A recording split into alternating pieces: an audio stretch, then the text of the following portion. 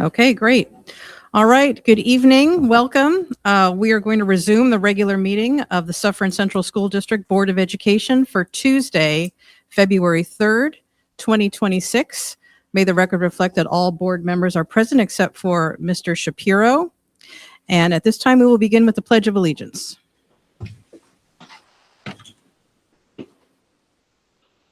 I pledge allegiance to the flag of the United States of America and to the republic for which it stands, one nation, under God, indivisible, with liberty and justice for all.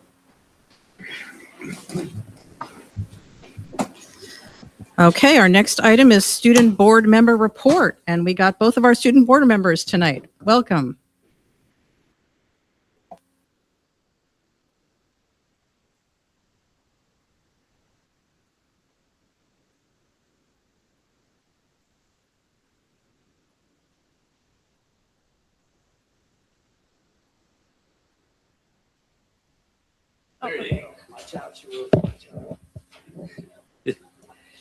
So voter registration began today in the library for eligible seniors. A couple people from the voter registration committee came in to help guide seniors to choose whatever political party they want to choose. And this week, Heroes and Cool Kids will visit the middle school and talk about what Heroes and Cool Kids talk about. This Thursday, there will be a Model UN conference in the library, and next Tuesday, there will be a countywide speech and debate tournament also in the high school library. We wish all our students good luck in these competitions.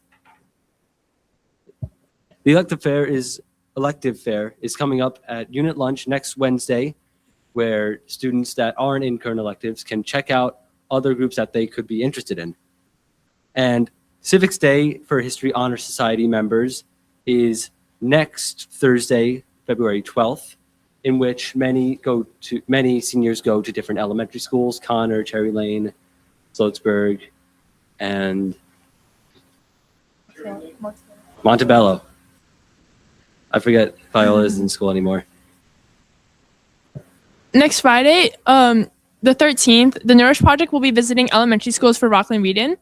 And next Thursday, the Thursday after that, the 19th, USO will be hosting their annual blood drive with the Maddie Nickpon Together Foundation, and students often volunteer at this event. The Student Advisory Committee and USO are also planning their Winter Spirit Week to boost the spirits during the February month.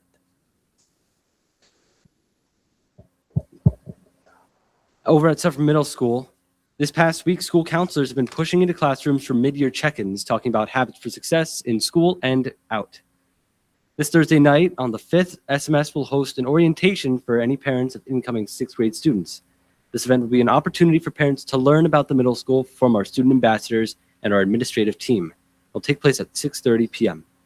Over at Montebello, students and staff are getting ready for the Winter Olympics. Across all classrooms and subject areas, students will be learning about the Olympic Games while exploring the character traits behind great athletes, including resilience, perseverance, and the mindset it takes to keep going even when things feel challenging.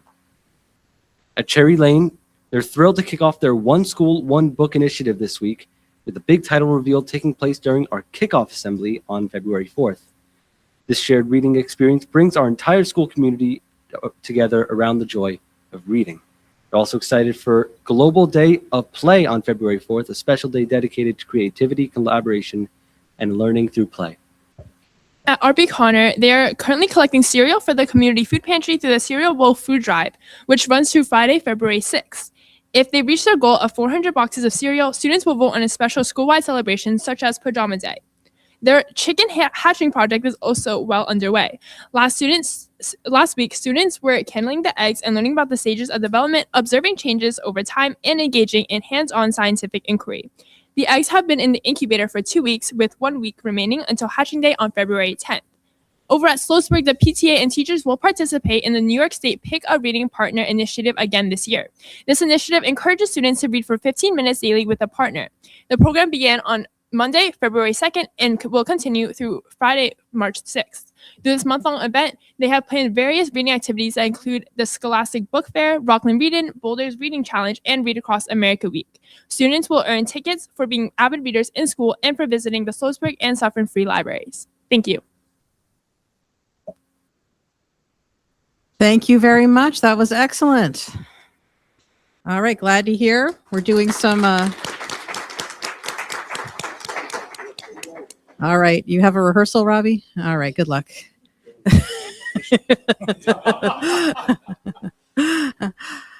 Glad to hear everyone's who's eligible to vote is getting registered to vote, hopefully. If Mr. Shapiro was here, he'd be very pleased to hear that. But we all are too. Okay, moving on to item. Okay. Okay. All right. Moving on to item 1.08, minutes of the regular meeting of January 20th, 2026. Has everyone had an opportunity to review the minutes? Very good. Do I have a motion to approve the minutes? Mrs. Hodge, second. Mr. Donnelly, all in favor, signify by saying aye. Aye. Anyone opposed? Any abstentions? Okay, very well. Superintendent's comments. Thank you very much. Good evening, everyone. Nice to see the room packed here with folks here for the Board of Education meeting. So tonight, I have the distinct pleasure of welcoming two student organizations that are really the pride and joy of Suffern Central. Tonight, number one, we're joined by Heroes and Cool Kids. We're going to start them off by having them go first. Heroes and Cool Kid board members who are going to share a little bit about the great work that they do as mentors to our young students. Without giving too much away, these students apply each year to be a part of the program and then are trained on how to engage and interact as mentors to our youngsters. They visit the middle school and the elementary schools a few times a year, and I wonder if some of the students who are presenting this evening were also on the receiving end of having Heroes and Cool Kids visit them when they were in the middle school or maybe even the elementary schools. And of course, they're here with their advisors, Seth Rahman and Stacy Samora. So I'd like to welcome up the board members for Heroes and Cool Kids.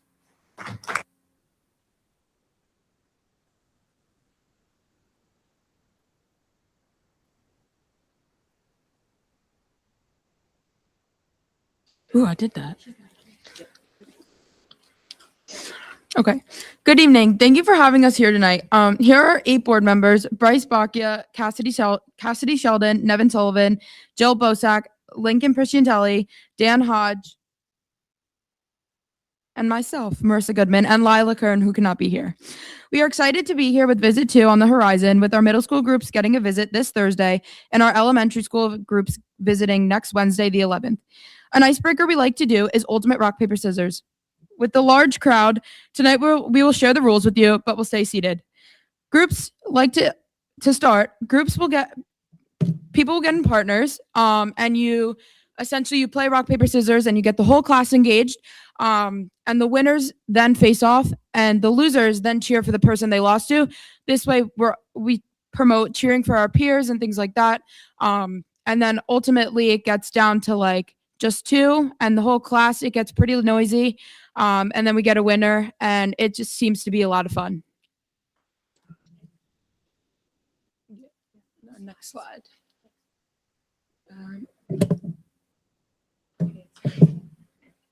I just press it down.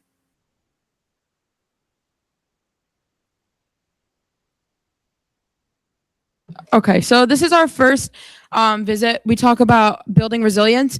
What is resilience? Resilience is the ability to bounce back after challenges or hard times. And now we're going to talk about things about social media and ways we can build resilience online.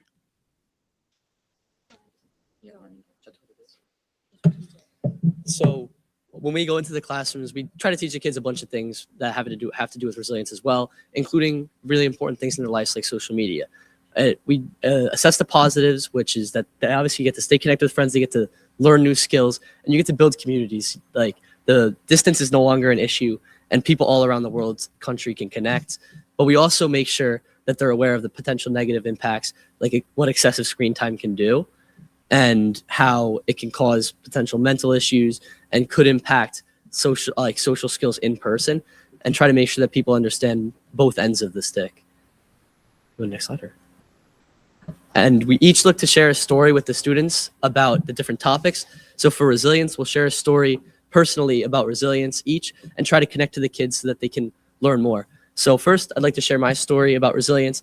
And the moral of my story is that not all resilience comes through sports. Oftentimes we think we just have to push ourselves in sports. And I feel like a lot of times people get caught up in that, but you can do it out like in the classroom as well. And I did it for the first time really with DECA actually. We were up at our state's competition. And as we took the bus up to Rochester, I started to lose my voice, which was the worst thing that could happen considering the next morning I needed to speak in front of a judge and do a good job.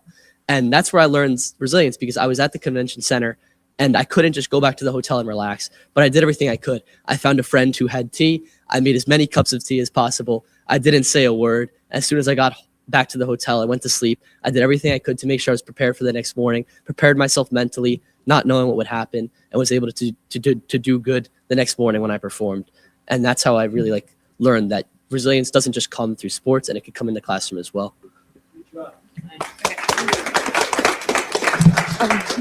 Okay. Hi everyone. My name's my name's Nevin Sullivan. I'm a senior at Suffern High School. So a new thing that we kind of just started was bringing in different objects to kind of represent what your story is really about. So I brought in one of my mom's bracelets. My mom is my best friend in the whole entire world. She's my source of inspiration and I love her to death. And the moral of my story is that you're braver than you think and stronger than you know. So our mission is to help younger students learn how to overcome adversity, build resilience, believe in themselves, and choose kindness even when it's difficult. One thing that I've learned is that adversity can come from all types of people, including adults as well as students. It can come from being talked down to, not being believed in, or feeling as though your voice doesn't matter. I've had to learn how to move forward through moments where I felt belittled or underestimated, even today. Throughout the school year, I've shared the same story with younger students, my peers, and Heroes and Cool Kids staff. It's a story about how my mom was terminated as the coach of Suffern Girls Lacrosse, the challenges my teammates and I faced because of it, and how we chose to respond with strength and resilience. Instead of falling apart, we came together, we played for her, and we played for each other. Yet today, I was asked by another teacher to silence that story out of fear that it could cause discomfort for others. Even though the heartache I felt and the adversity were set aside, I chose to show resilience. So today, my story of adversity stands tall. I share it to encourage my peers to stand up for what they believe in and to know that their voices deserve to be heard. Growth comes from having difficult and uncomfortable conversations. As young adults, we cannot always rely on parents, administrators, or coaches to speak for us. Sometimes we have to face challenges ourselves, develop resilience, and learn from them. That is how we become brave young adults. This is an important lesson for students to hear because not every challenge is obvious, and not every obstacle is another student. Heroes and Cool Kids teaches that students' feelings matter, their voices matter, and that adversity can be faced with confidence, integrity, and resilience. When adults lead with respect, students rise to meet it. So again, the moral of my story is that adversity does not always define you. Your support system will always lead you to the growth and resilience you deserve, and you're braver and stronger than you think.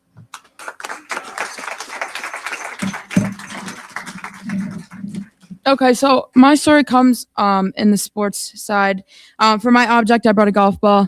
My story is in freshman year. I used to be a 3-sport athlete. I used to play field hockey in the fall, basketball in the winter, and lacrosse in the spring.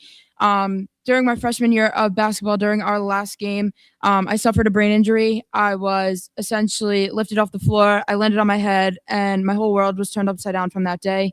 None of my parents were there. My dad was working. My mom's a teacher, so she was still at work.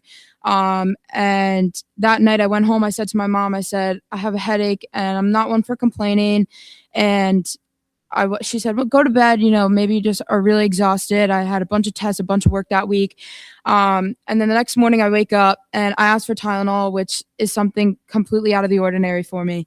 I never had asked for something like that ever. So my mom knew something was wrong, but again, high school, you have a lot of tests and a lot of work to get done. So I went in to go take a test.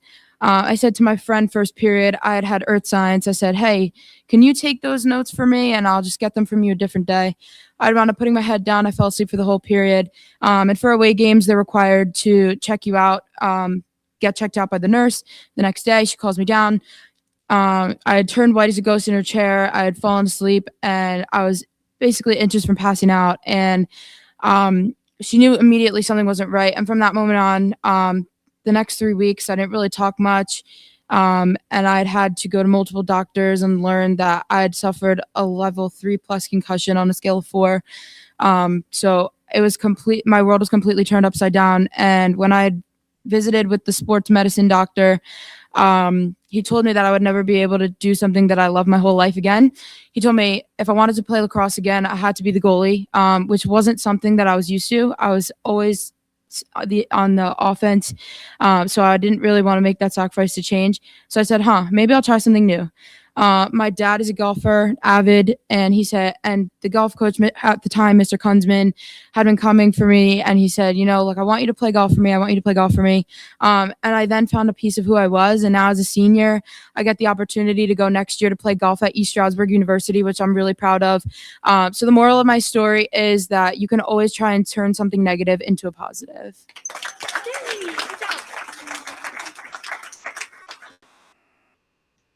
My story is not as grave or as serious as the others, but when we go talk about resilience, I like to share this one because I think it's a reality for a lot of kids going into high school. So I brought volleyball. I've played volleyball most of my life. Freshman year, I was on JV team. Sophomore year, all my friends play in my friend group, so we all went to tryout together. Most of the tryout, we were pulled up to the varsity side. So in my opinion, is a little misleading. We all were super excited. We're like, oh, we're definitely going to be on varsity. Time to get results for tryouts. All my friends made varsity except me. So I went home. I was sobbing to my mom.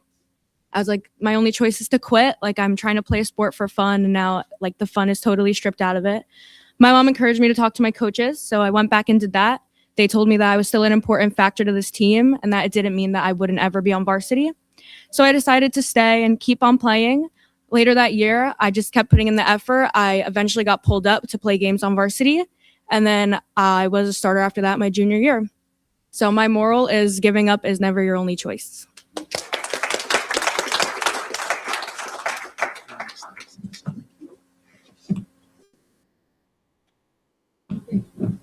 All right, so I'm going to be talking a little bit about our second visit, which is going on 2 days on Thursday.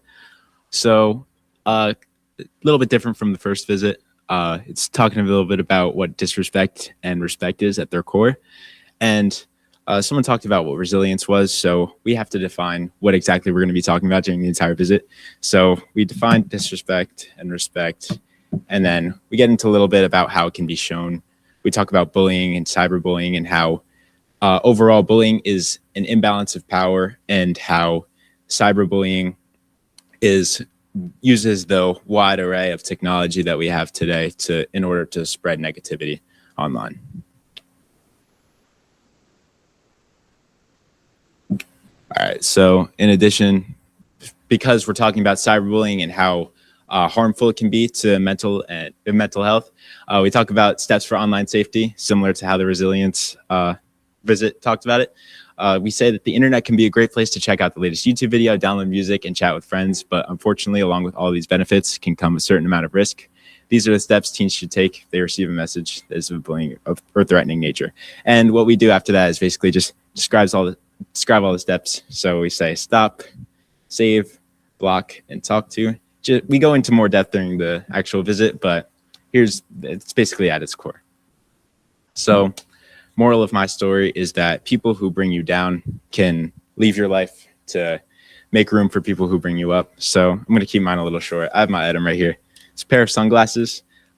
So I used to go to camp, and I had these two friends who I completely relied on before I went to middle school. And I felt like I was being bullied every day, and I wasn't even aware of it until I left camp and I went into middle school. And the thing about middle school, I'm sure you guys all know, is that from like 3 or 4 elementary schools that we have here, all of them combine and give so many opportunities to make more friends and meet new people. And that's exactly what I did in 6th grade. I made a whole new group of friends.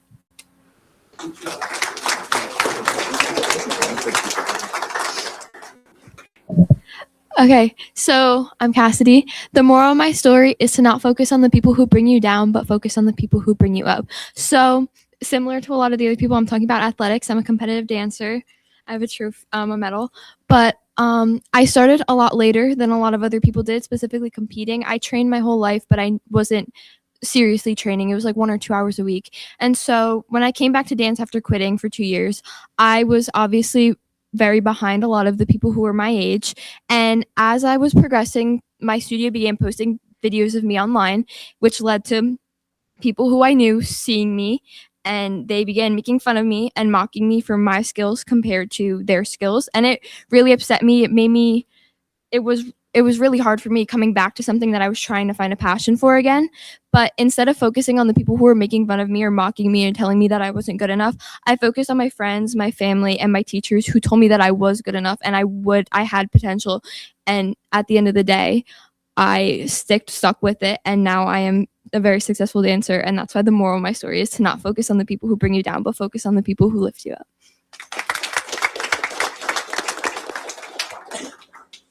up. Christina Diadamo Dance Academy. In Mawa. Yeah. So my name is Bryce Bakia, and I am a senior, also as all of these people are back here, all these board members. Sorry, I just called you people. That was a little rude of me. But I keep my thing that really shows resilience to me in my wallet. And it's a story about a time that I saw something and I said something. And that's the moral of my story, is don't just look at something and just be okay and pass it by. It's always okay to say something, even if that person's bigger than you or stronger than you. And that there will always be people that you can trust and that will do something, even though you don't have that ability to do something.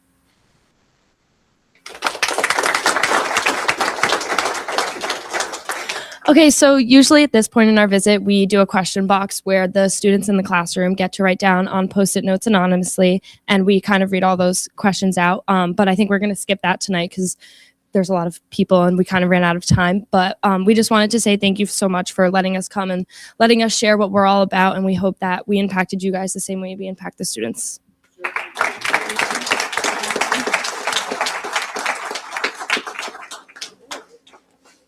Thank you so much to our Heroes and Cool Kids board members who were able to really demonstrate a little bit about the work that you do. We talk a lot in our strategic blueprint about our older students having an impact on our younger students, and Heroes and Cool Kids is a fantastic example of that kind of work. So thank you for sharing your story with all of us. We're also happy tonight to have members of our DECA board here as well. They want to share a little bit more about their club and the recent success as they prepare for their state tournament coming up next month. Mr. Courtney? Appreciate that, Dr. Gunderson. First off, just want to say thank you all for having us here. We know you have a busy meeting, so finding the time for us in your schedule means a lot. I'm just going to start by introducing ourselves and all the amazing people we have here. Then we're just going to recap what we do, how it's been going this year, and what we're excited for going forward. So my name is Ben Courtney. I'm a senior at Suffern High School. This is Tanish Saraya. He's a junior. He's our VP of Finance. We have Erin Zia. She's also a senior. She's a VP of Finance. Aiden Brout with a beautiful running medal. Aiden Brout, he's a general board member. Isabella Yin, she's a sophomore. She's a general board member. Joy Yin, also sitting over there. She came over here to join us. She's our co-vice president. Ayushi Merotra, she's a region free board member. Very exciting. Aiden Anthony, he's our VP of Written. Brandon Maruzik, he's our co-vice president. And Lincoln Prisciantelli, even though he's in a Heroes and Cool Kid shirt, he's our VP of Roleplay. So just to talk briefly about what DECA is, we came over. I struggle with clickers.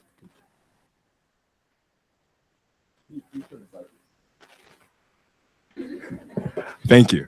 So just to recap what DECA is Suffern High School's premier business club. We compete at a regional, state, and national level. Throughout these competitions, which Brandon will elaborate upon, we sit down in front of judges and we work through real-life business scenarios. These competitions are both fun, academic, and networking opportunities. We get to meet professionals, we get to meet with colleges, and we get to meet with peers who are interested in working in a business field.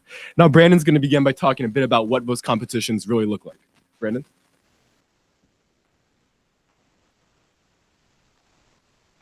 I apologize. Joy's going to talk about our membership real quick. So our chapter has seen incredible growth throughout the last 4 years. So from 3 years ago to 2 years ago, we had a 170% increase in membership. And just this past January at a regional competition, which is at RCC, we had 20 students placed in the top 6, and they will move on to the state competition. So with those 20 students and the 42 students competing in written events, add up to our 62 competitors, which in March, from March 3rd to March 5th, we will be going to Rochester to compete in the state competition. Later in April is nationals. So last year, we had 12 competitors, 1 finalist, and 1 competitor in the top 10 exam. And the year before, we had only 4 competitors. So we've had huge growth. My freshman year in 2023, we only had 5 people compete at states. And last year we had 6, and this year we have 62, which is around a 1,100% increase.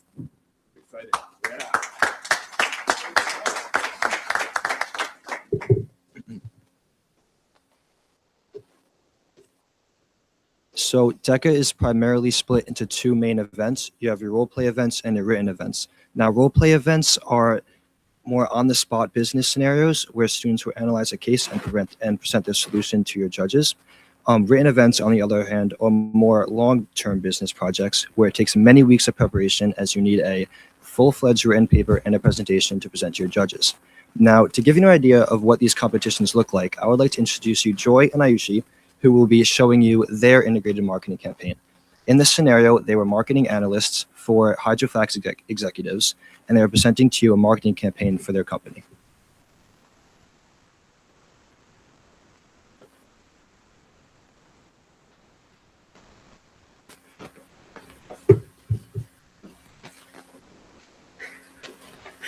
Good evening. We're Ayushi and Joy, and tonight you're Hydroflask's executive team. We're pitching a campaign that strengthens both brand loyalty and delivers measurable impact. Hydroflask for Humanity, a 45-day nationwide campaign that ultimately culminates on World Water Day with a 2-day New York City pop-up. So here on the slide, you can see the 4 posters that, so this is digital version, but we had like the big printouts that we brought to states and nationals, and it gained us first place at the state competition last year. So our event was, like I usually said, 45-day campaign for a 2-day event that accumulated on World Water Day in March. So here's the Shark Tank part. So we would make both money and societal impact by partnering with Charity Water. We would donate 15% of all merchandise revenue and 40% of all ticket revenue to our event to this charity, as well as 100% of profits from this user Design for Humanity event. So we also made a prototype to bring to our judges. So this is like just a Hydroflask that we designed for our event. Yeah, so this is a sample Hydroflask that users would design for a pop-up event, again, in New York City. And so Hydroflask would be selling these water bottles to earn a profit, while also bringing like user awareness, since the consumers will be the ones creating these water bottles. So another huge part of DECA is the financials, and it really helps with their math skills. So on the right-hand side, you can see our financial doc, and we estimated a 300% ROI, which is a pretty successful campaign with around $2 million being donated to Charity Water to help underprivileged communities around the world. And the main reason why we created this event for Hydroflask is the fact that nowadays a lot of other competitors such as Awala are coming into the water bottle space, and we want to make sure that Hydroflask is on the top right now. And Hydroflask has always been known for its park renovations, but this time we're going to bring their water focused plan into charities focused on bringing water to underprivileged areas. Thank you so much for listening to our mock campaign. So what questions can we, thank you for listening as our campaign leads.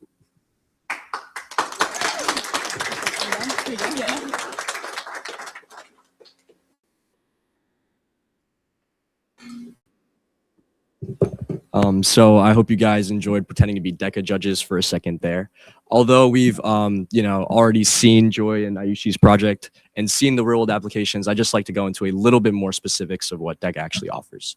So because of the fact that DECA primarily selects actual business professionals to serve as their judges, it kind of forces our participants that do their projects and their role plays to be as realistic as possible with their projects. So this means that there are hours of research that goes into creating a budget or creating the analysis of a campaign target market in order to be as realistic as possible. And this kind of mirrors the real world research that actual businesses do when it comes to creating a marketing campaign or even just selling their very own product.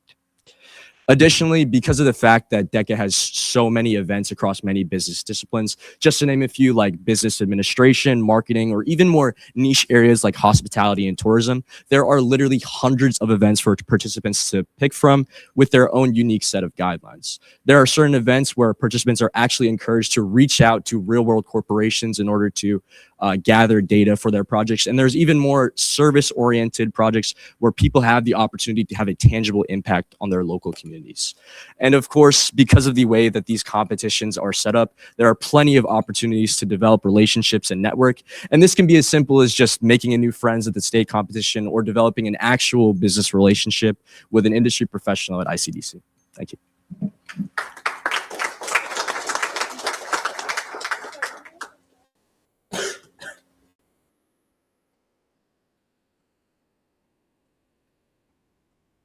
Additionally, given the fact that, as Aiden said, DECA helps with all these real-world skills, it translates into college and career success. Isabella is about to list off our current college list so far this year, and it's been looking pretty cool so far.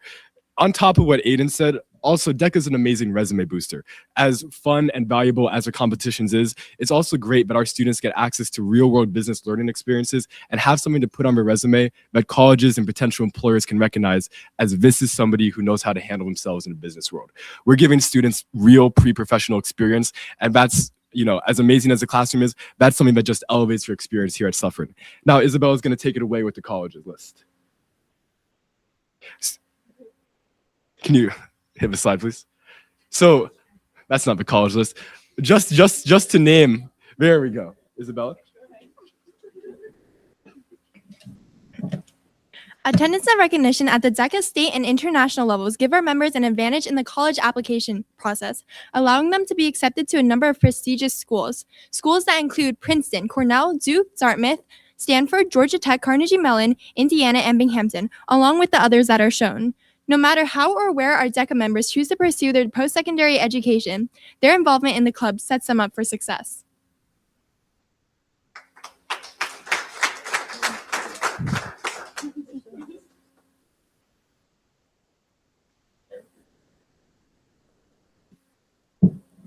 Transportation and district support is also what makes DECA realistic. Transportation to competition means it determines who can actually attend these competitions.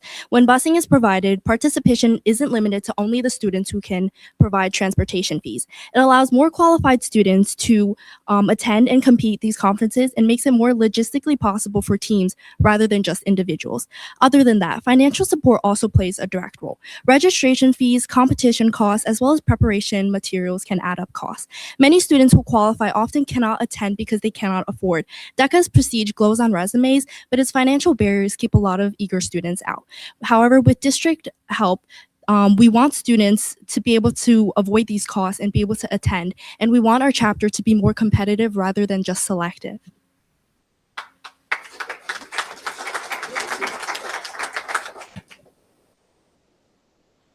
So, as a DECA member, I would like to invest in student opportunity. We want to continue growing the number of competitors at Suffern. As we saw, there's over 100% increase over the last 2 years in DECA. And our membership growth is needed because we get financial literacy skills that we otherwise won't find anywhere but maybe after college. Through DECA, we get to connect with true professionals who are more than keen to help their future leaders, like their future business leaders. Because the truth is, every single student standing here is going to lead the world in some way, shape, or form. Every single student here is going to make an impact, just like everyone in this room has. So we would like to ask the district for a little bit of support with the DECA club, because we would like every student in Suffern High School to have the opportunity to compete and grow and elevate their empire as DECA members.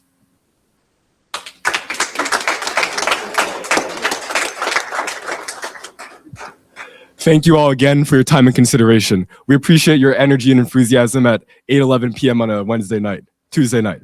So thank you all again, and we hope that you keep us in your mind going forward. Thank you.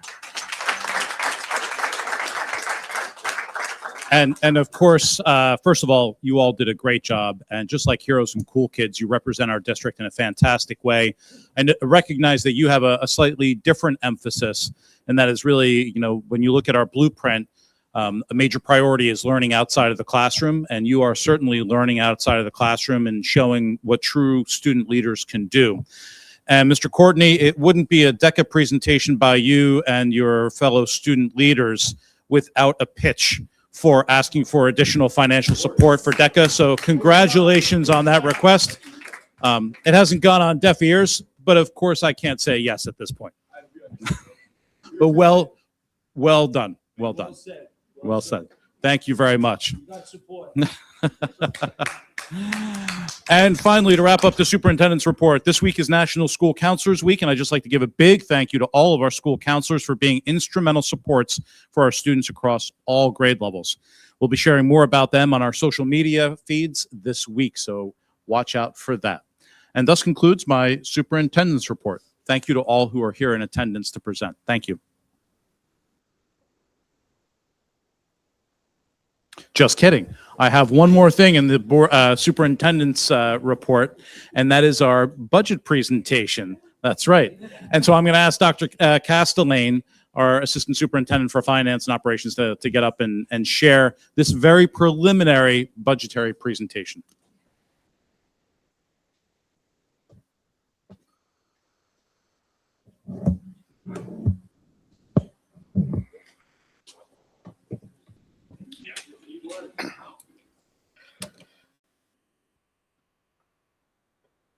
All right. Good evening.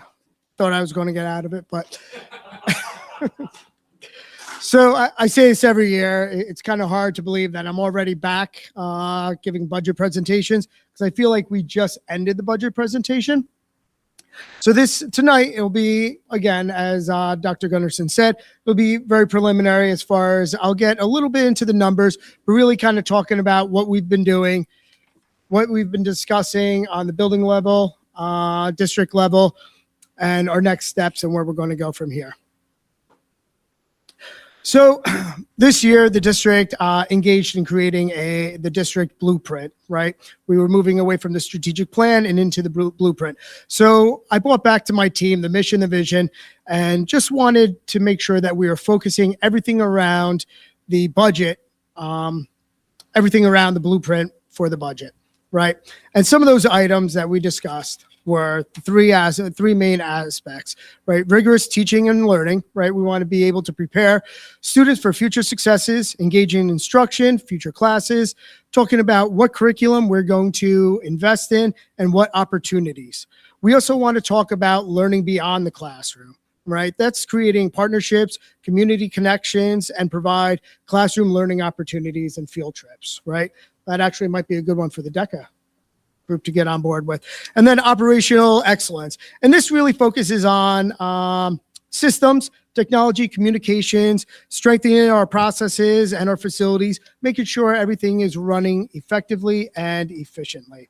Along those lines, we'll also be looking at safety and security. So our budget development timeline changes a little bit from year to year.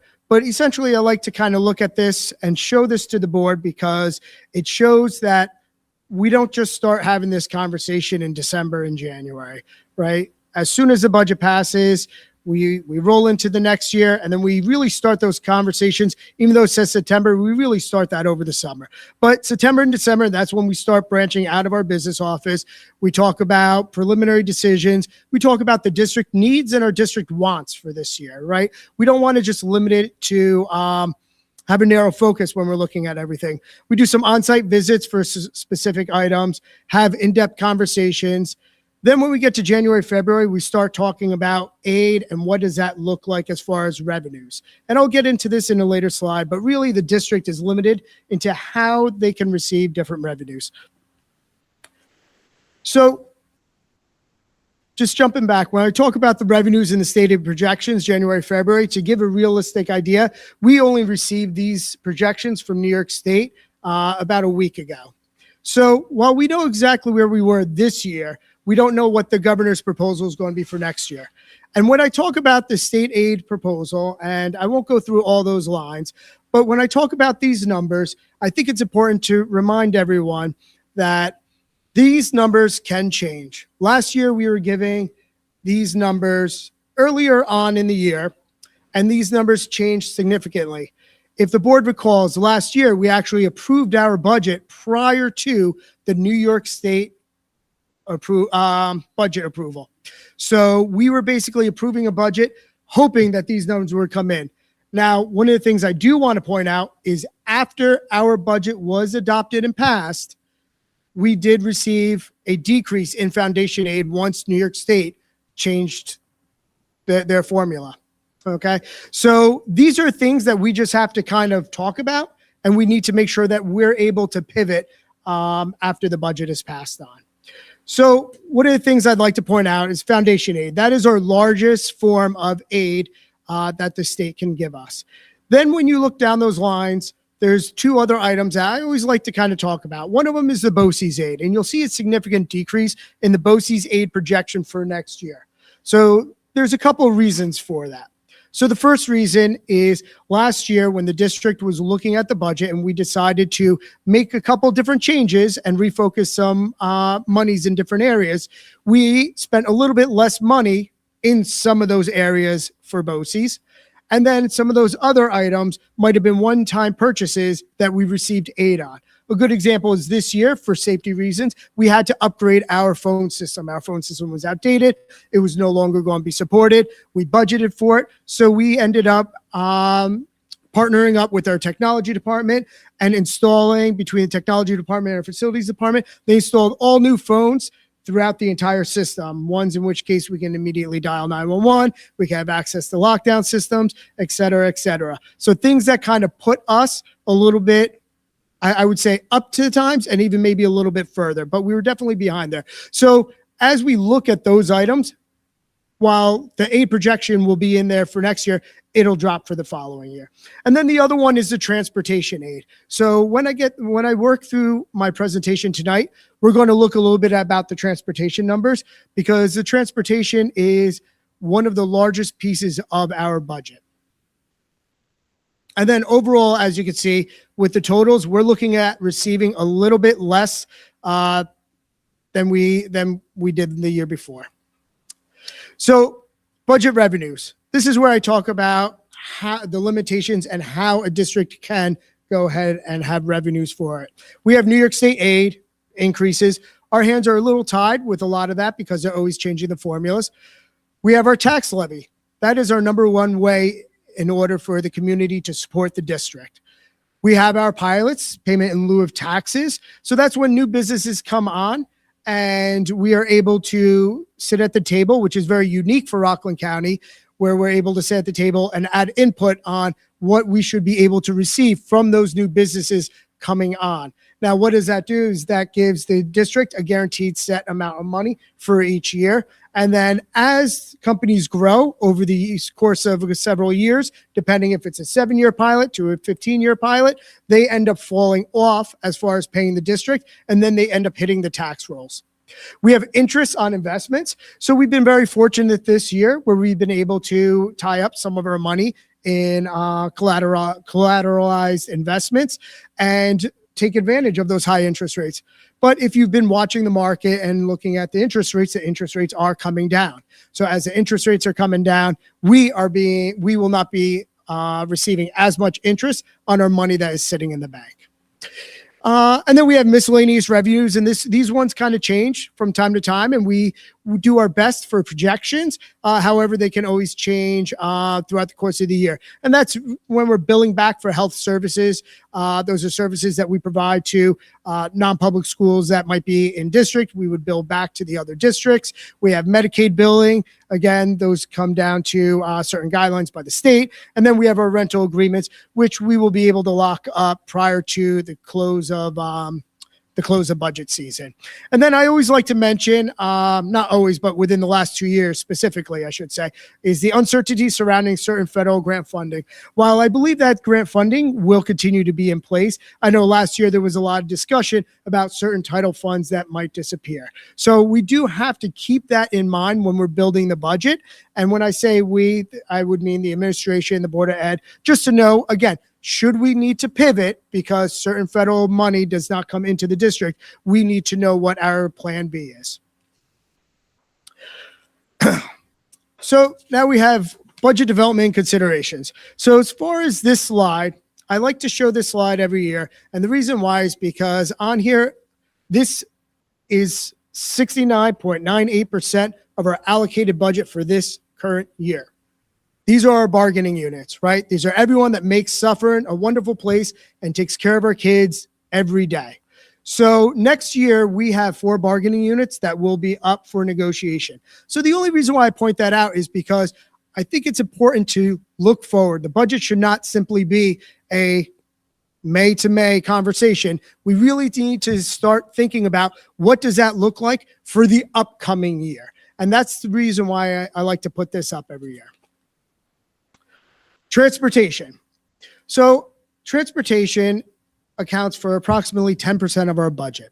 Okay. This year, and you'll see on a later slide this year, we're just under about $17 million for transportation. So the conversation that I've had since I've come to the business office was really talking about enrollment and the transportation needs. So when I came over 4 years ago, I figured I needed to start somewhere. So I went with a 3-year data set. And that's simply the only reason why I'm starting this off with a 2020-2021 school year. Additionally, it's the first year that we are coming through COVID, right?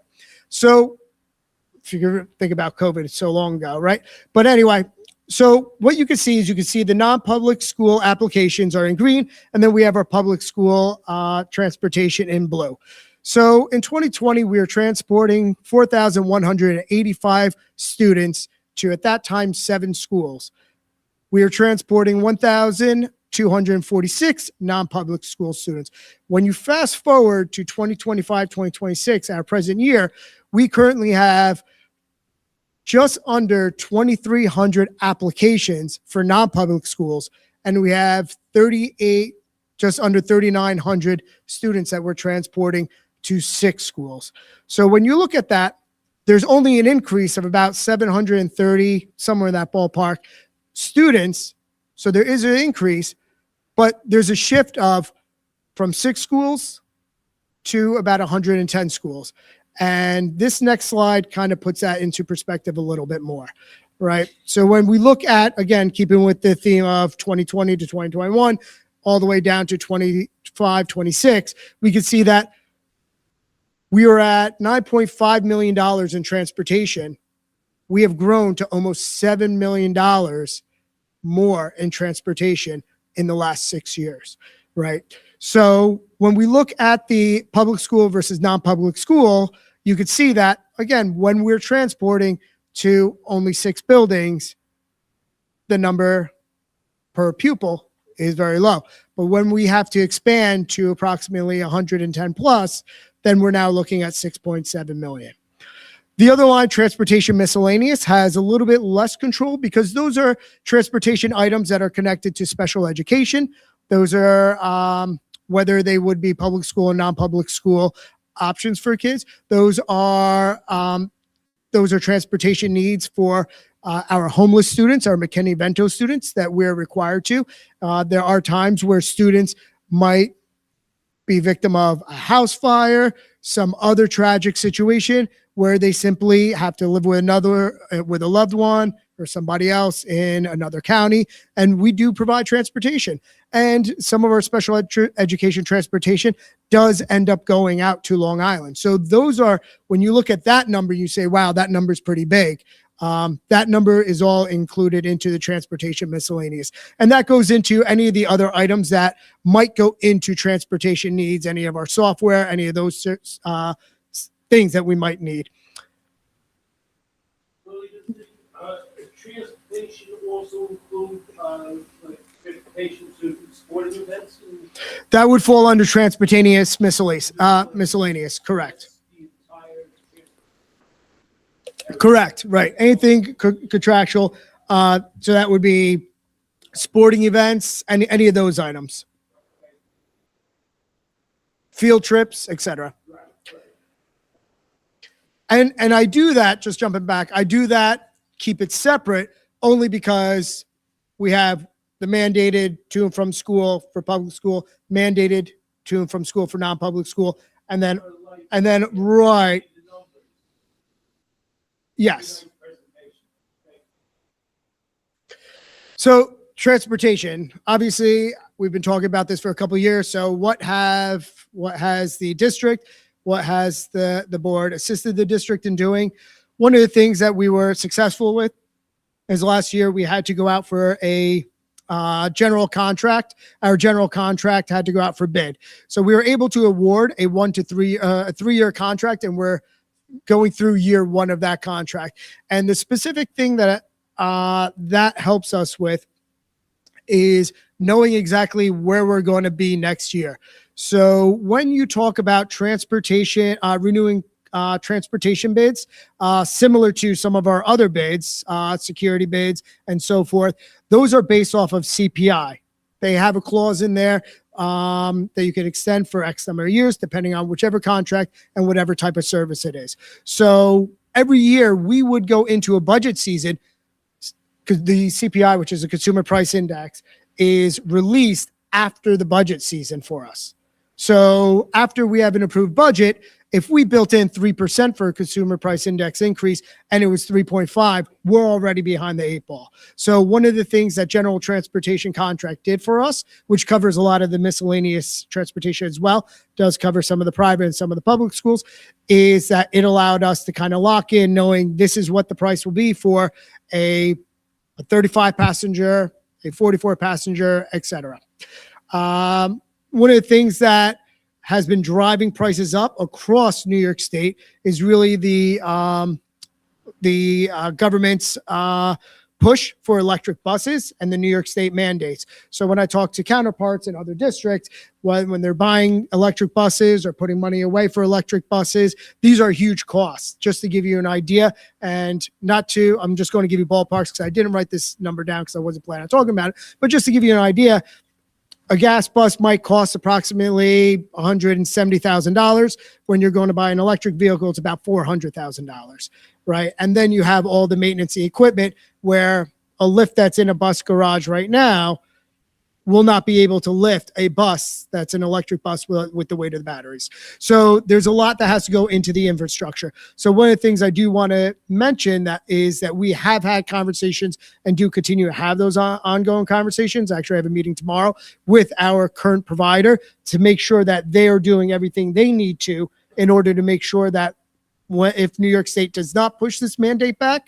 that we are still going to be in a calm trajectory, and I'm not coming to the board saying that we're looking for a significant increase for transportation. One of the other things that we've done starting last year and then again to this year is we took a look at our buses and thought about, hey, what kind of opportunities do we have in order to get more drivers and possibly help control the large increase with the rates. And that was putting bids out for some of our non-public schools. So last year we were able to transport 9 different schools. We had bids on 9 different schools. We did not award all the bids because, again, if it wasn't beneficial for the district, we were not going to move forward with it. And then we had this year, we were able to increase that number to 17 non-public schools. So we have all those students who the district is outsourcing to a different vendor other than Chestnut Ridge, who holds our general contract. Additionally, that allowed for further drivers to support adding a few other smaller runs just to alleviate some of the buses in some of our elementary schools. So major expenses and considerations. So salary and benefits, as I mentioned, this year there was approximately 70% of our budget was allocated for it.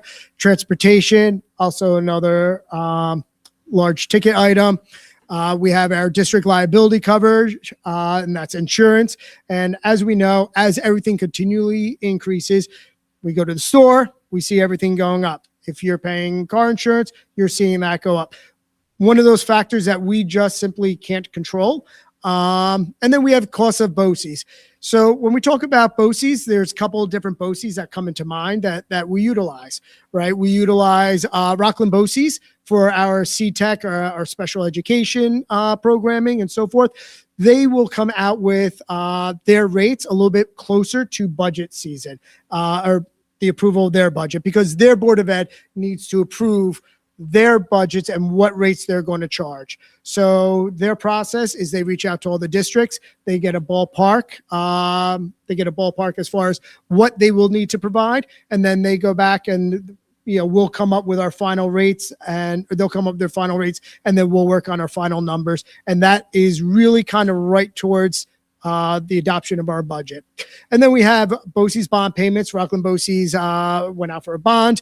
They're in their second year of their bond. So depending on how much money they incur over the year, we will end up paying our portion out of the 8 component districts to their bond payment.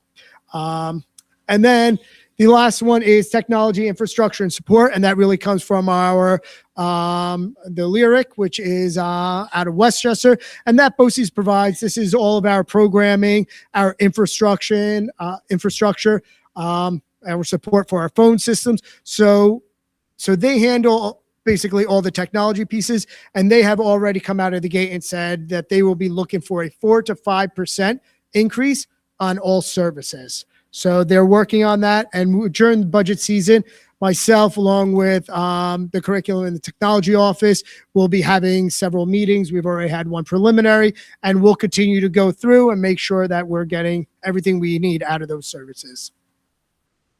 So for our next steps on February 18th, we're going to have Dr. McCahill has offered to come up and talk about his enhancements over curriculum and instruction, right? And that goes back to the blueprint to kind of see how everything will come together. On March 3rd, we're going to have another budget workshop where I'll be up here talking a little bit more with refined revenues and expenses, possible staffing changes, any impact we might see, and then a proposed tax levy. So if you saw on my first slide, and you'll see on my next slide, the tax levy is actually due on March 1st. So what we do as a school system is we put in the tax calculation. We submit that up to the comptroller's office. That gives them time to review it as well. At that point, by March 3rd, we'll have some finalized numbers where I will bring to you, and then we'll be speaking to the board to make a decision on whether they would like to have that tax number adjusted. We do have the ability to adjust that tax levy number, even though it's submitted March 1st. I just like to make sure everyone knows that ahead of time.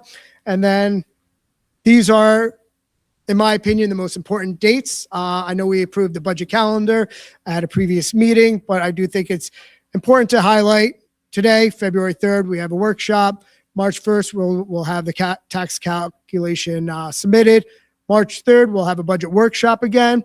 April 21st, that's a big one. We'll have a budget workshop, the adoption of the budget, and the property tax report card, because on the 22nd, that's when the district will need to submit the property tax report card, and then we'll be sending it out from there. May 5th, we'll have the public hearing, so that would give the opportunity for anybody to come up and speak about the budget. And then on May 19th, we have our school budget and election vote. Any questions? Very busy. Yes. So we'll give board members a minute or two to get back to their seats. I just want to thank Dr. Castellane for the comprehensive overview. Even though this is a preliminary budget workshop, we felt that it was important for Dr. Castellane to share with the Board of Education and the public really, the two main expense areas that we have for our district, and to think about the fact that 80% of our budget is encumbered by salaries and transportation. And Suffern Central has a particularly large transportation budget, percentage-wise. It's really important to know that there's no flexibility with those two expenses. And so really a lot of the discussion points come down to the remaining 20% that we are going to refine more for you in the weeks ahead. So Dr. Castellane, thank you very much. And we'll open it up for any Board of Education member questions. Any questions from board members? Ms. Bryan?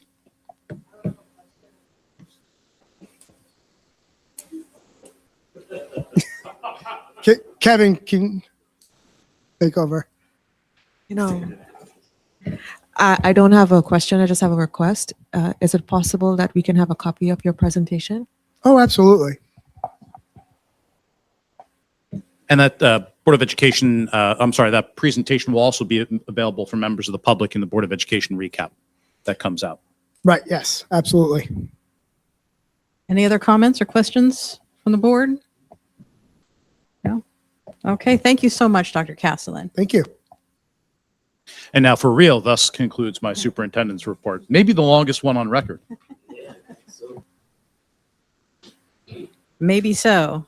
Well, thank you to the few DECA members who are hanging around. A little more school business for you tonight.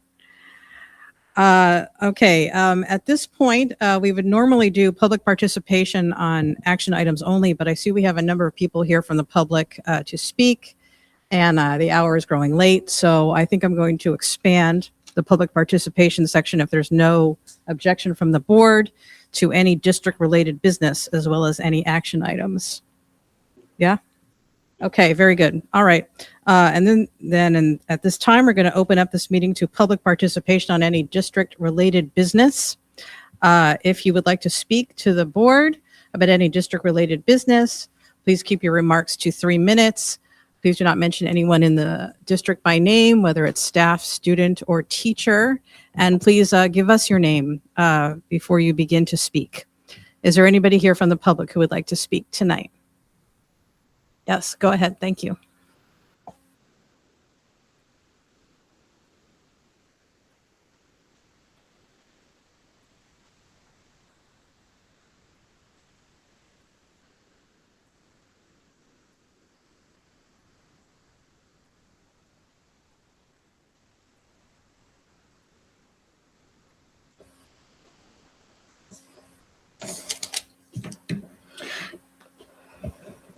Good evening, members of the board, superintendent, and administrator. Thank you for giving us the opportunity to speak tonight, and thank you for everyone who showed up to support us. My name is Farida Malgeba. And my name is Mariam Amer. We're both the co-president of the Muslim Student Association, or MSA, at the Suffern High School.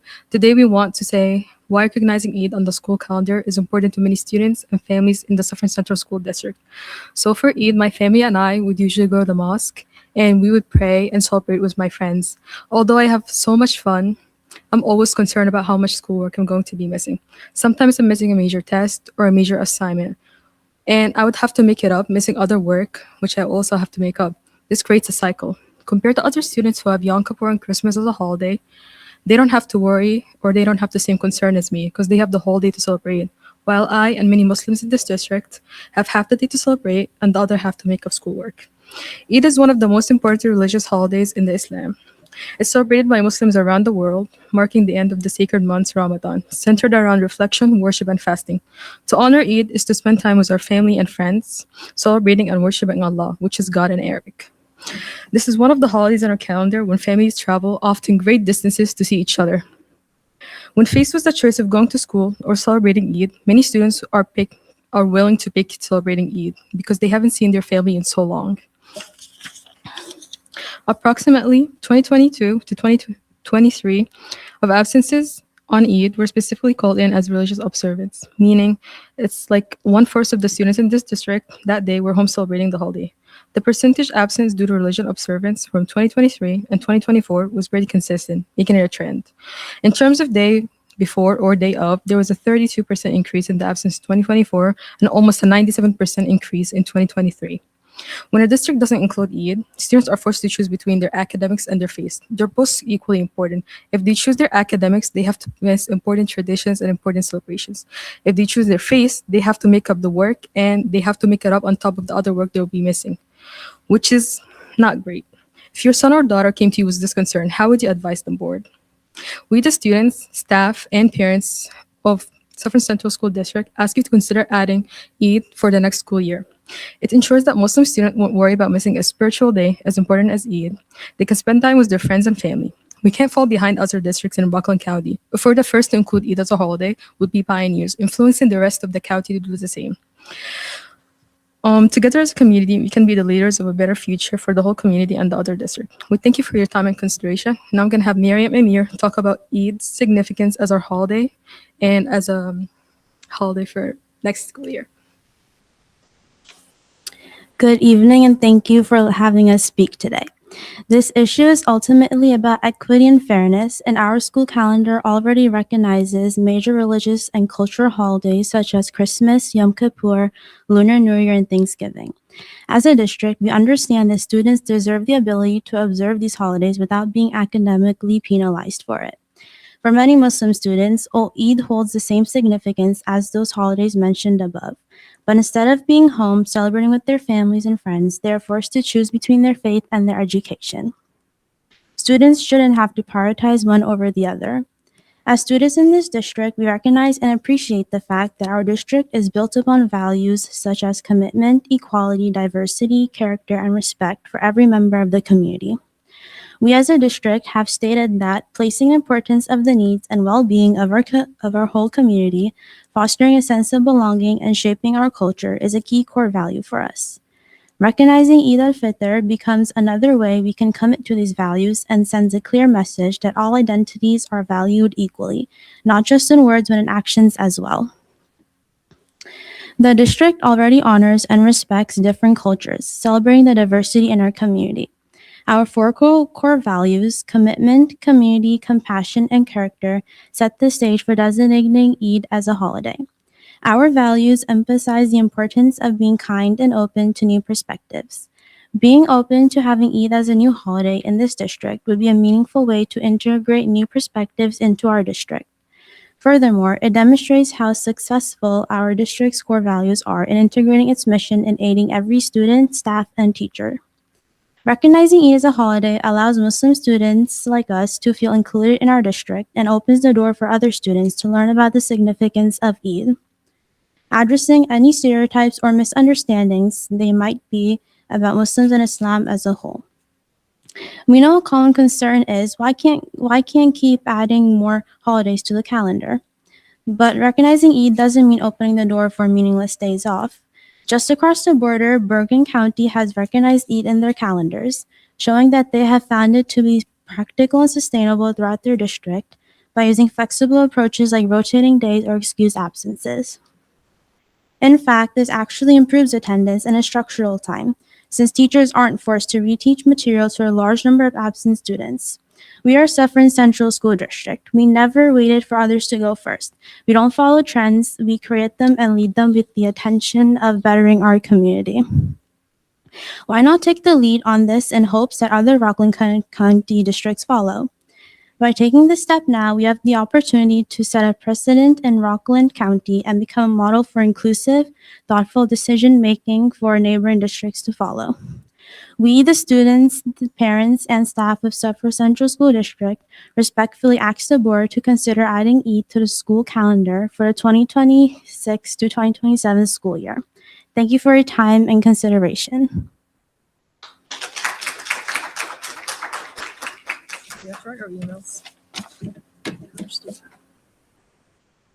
Thank you very much.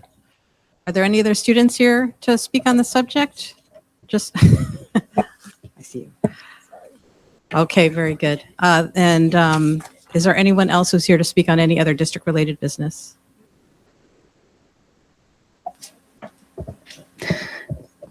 Good evening. Dr. Gutterson, the Board of Education. My name is Rose Schmidt. I'm a resident and coach and a mom of four.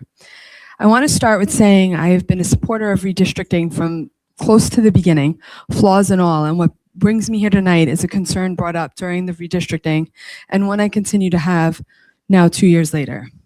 At the beginning of redistricting, it was stated that both the lower elementary schools, Sloatsburg and Connor, would be a pre-K to 2 school. And though there is a UPK program at Sloatsburg, it is not a district program, which has kept Sloatsburg a K2 building with With redistricting, the community was promised equity and yet has not happened for our youngest Mounties. At the Mountie Minds meeting in the fall, and then at the presentation regarding redistricting on October 28th, it was stated that a concern with inconsistencies between the UPK programs were being analyzed and that the district would create consistencies for the next school year. At the end of January, it was released that the Y Beginnings was still going to be operating at Sloatsburg, and while I love the program, as two of my kids have gone through it, it is not the same as the district program. Dr. Gunderson, I want to thank you so much for getting back to me in regards to some of my questions. And while I am happy that the YMCA will be getting some equity within the programs, I still have questions and concerns. I am confused as to why the district program cannot be put in place for next year, when we still have more than 8 months until the school year starts. These inconsistencies and inequities have been on the radar since last year. So in reality, it could have been in the works since this past fall, giving the district almost a year to have everything in place. I've spoken before, and having the YMCA get these services, and I was told that it was not possible since the YMCA is not a district program. So I was confused and wondering why the changes to allow this collaboration can occur now.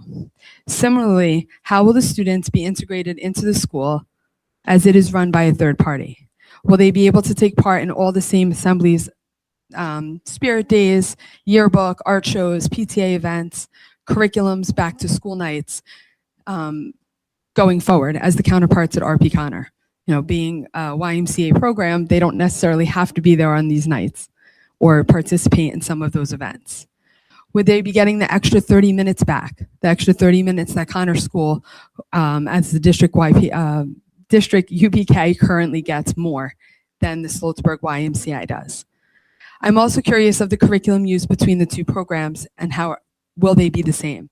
It seems to me that those who have attended the district program seem to be better adjusted to the school setting and the demands. Is there going to be an opportunity for the YMCA to offer an open house before decisions have to be made in order for parents to understand the overlap between the district and the YMCA? Would they be able to meet those who would be in the building, such as the principal, with the YMCA?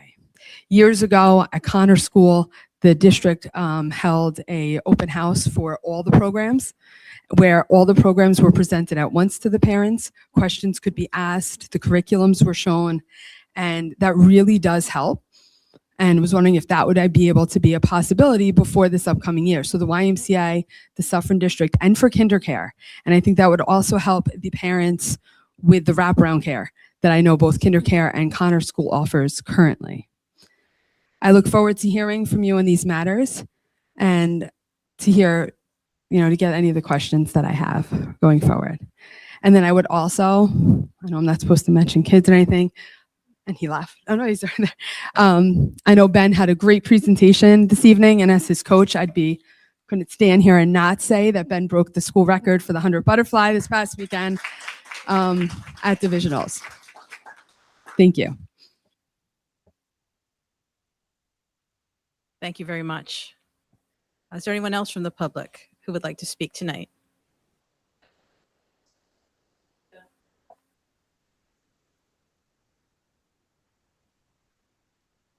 If Connor School is getting the library and all of those things, and they are teachers from Suffern Central, and if the YMCA is going to get those, how is that going to work out when there are Suffern Central employees and the YMCA is not?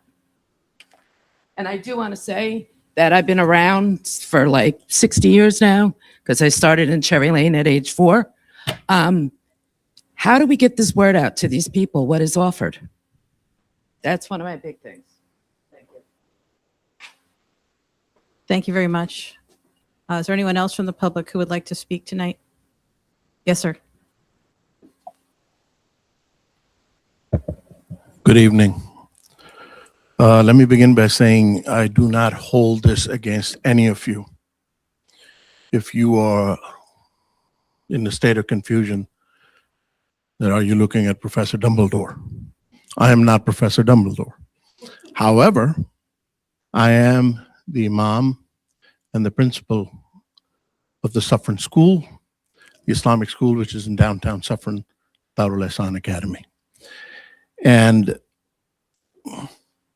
you see before you some people that represent the community.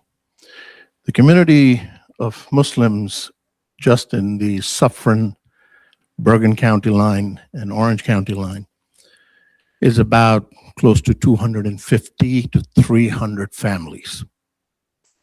So the holiday requests that the kids have put forth is an important one. I am the imam of the masjid that these kids, most of these kids attend and their families attend. My name is Syed Ali. But it really moves me that They are showing their civic duty by coming to the school board and presenting this as something that is very close to their heart. So I would like the board to honor, if it's possible at all, and if you want to have a conversation, even want to come to the mosque and come visit the school, I'll give you my information, and you could see that how important this would be to our community. Thank you.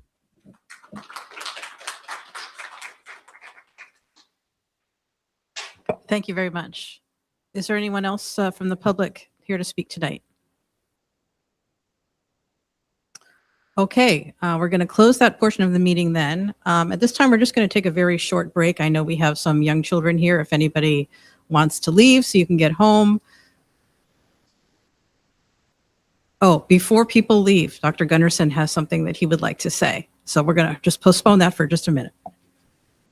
Thank you, Ms. Dickman. I recognize that the hour is getting late compared to our average time for Board of Education meetings. And I appreciate you seeing that there's some especially young children in the crowd that may need to take care of some other things before it gets too late. And I was going to save these remarks for the superintendent's closing comments, but if folks were going to leave, I wanted to make sure I conveyed these two thoughts. Number one, to the folks who are here to talk about the UPK program at Sloatsburg. I know that we've had some dialogue back and forth very recently about email. And I appreciate the fact that you recognize that we are striving to make progress to make those two programs more in line with one another, and it's not perfect yet, with the hope that the following year there would be complete unity across the district. You added a handful of questions in that email that you also mentioned this evening, and know that I don't have answers to all those questions. So that's why I haven't responded yet. I think the email came yesterday or the day before, and I will certainly reach out to both of you to have additional dialogue about that. Again, your contributions are always constructive in nature, and I appreciate that. And we're moving towards, I think, our final goal. I would like to thank our two student leaders, co-presidents from the Muslim Student Association. Again, I harp on this from time to time about the importance of student voice and about seeing our students develop tremendous leadership skills. These two young ladies reached out to me to ask to have a conversation with me. They're not simply showing up at a board meeting with this request out of the blue. They've been extremely constructive in their approach. Ms. Minnick, their advisor, as the club advisor, has given them some great advice and guidance as well. This is, I believe, a model for how students should be advocating for a particular position. I certainly can't speak for the board, nor I think is the board ready to give you a specific answer. But I do think that the sentiments of everybody at this table is you did a great job tonight sharing what your very thoughtful and constructive opinions and feelings are on the matter. We will certainly look into this. We are constructing a calendar for next year. We will take your recommendation under consideration, I believe, as we discuss this, and we hope to have an answer in one of the coming board meetings with what that calendar looks like. So thank you very much for your great contributions. Thank you. Thank you very much. And then finally, Ben Courtney, great job on that record-breaking, a great DECA presentation this evening, and then swimming really fast. I don't think I can do 2 butterflies, much less 100 meters. So nice job. Okay, so this is a public meeting. You don't have to leave. We're happy to have you here. Please feel free to stay for the whole thing, but you don't have to stay for the whole thing if you've had enough Board of Education for tonight. We have a few more matters we're going to be going through, so I just wanted to let everyone who wants to go, if you have other things you want to do tonight, now's a good time to leave. If you don't want to leave, please stay and enjoy all the rest of our business tonight.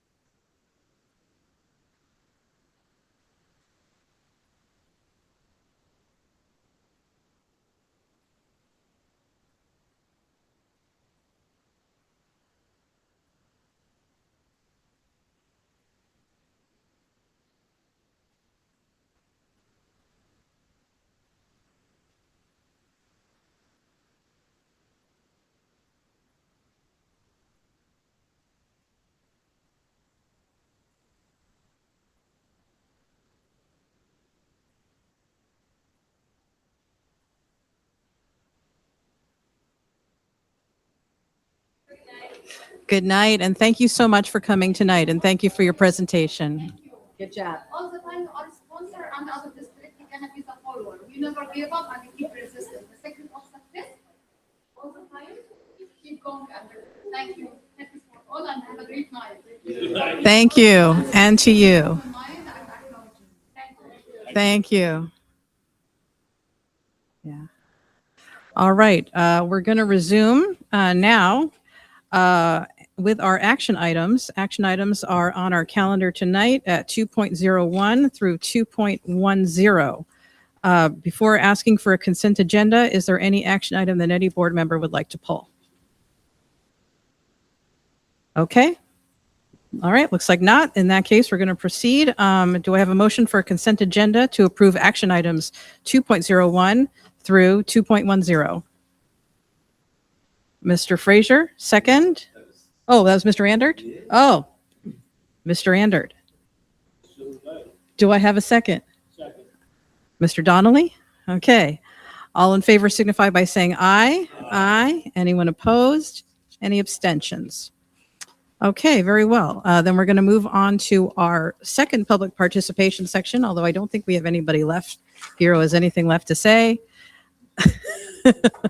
So, you got anything? Okay. All right, we're going to close that portion of the meeting and move to board member comments. Any board members with any comments? Right. Yes, Ms. Bryan. I'll make it short and sweet. I want to acknowledge Career Day at RP Connor. I attended and did the finance presentation the same way how I did it for Montebello a couple weeks prior. A different age group. Those second graders were tough. They were tough, but it was a great experience overall. Principal Benatti did a great job. She had a beautiful, welcoming room for everyone who came, and it was well attended. You know, there were parents and others that came. It was a great event. So just acknowledging that. Also, she left already, but I made a note to comment and commend the student who came up. Her presentation, she would be a fantastic debater. Like simply just listening to how well she presented the facts of attendance and how she laid out her argument for having Eid as a holiday next year. I wanted to personally commend her on that. Also, I was disappointed, and I told Kevin I wanted to play rock, paper, scissors. I was really hoping that we were going to do that, and we didn't. We were? Okay, because I made a note that no rock, paper, scissors. And my partner in crime says I'm supposed to remind everyone to vote in his absence. So. Thank you. Any other board member comments tonight? No? Okay, well, I just want to say thank you to all of our students who presented tonight. I don't think we've ever had this many students do presentations. So as Dr. Gunderson said, it's wonderful to hear the student voice. We're always happy to have students come in. Really reminds us what we're here for. And thank everyone for their patience tonight, as we had lots of presentations and everybody was very attentive. And it was really just uplifting meeting. So that concludes my board member comments. Any superintendent's closing comments? I've had enough comments this evening, so no. Okay, just a reminder that our next meeting will be Wednesday, February 18th, because of the holiday. So don't come here on Tuesday, come Wednesday. And at this point, do I have a motion to adjourn? Mrs. Hodge, second. Mr. Frazier, all in favor signify by saying aye. Aye, excellent. See everybody back here on the 18th.